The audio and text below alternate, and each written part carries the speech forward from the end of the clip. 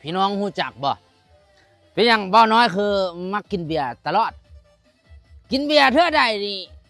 เมียเบาน้อยมันลงไหลรถมันลงไหลมันนำตลอดแล้วนะโอ้ยเมาแล้วนะ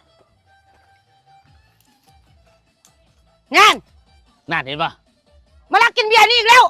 นำมาอีหลีเว้าบ่ทันสุดความตดบ่ทันเฮ้ย โอ้เจ้านี่ก็ได้เนาะเผลอบ่ได้เนาะ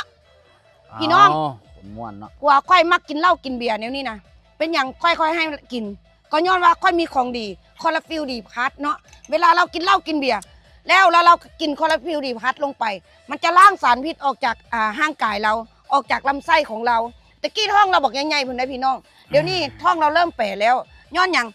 ตะกี้เราเป็นลำไส้เนาะเดี๋ยวนี้กินคอลลาฟิลดีพัดดีตะกี้ ซอยได้ดิ ตะกี้ก็ตดปากกันแม่นอยู่ในบ่อนนอนน่ะค่อยก็จนสิตายเดี๋ยว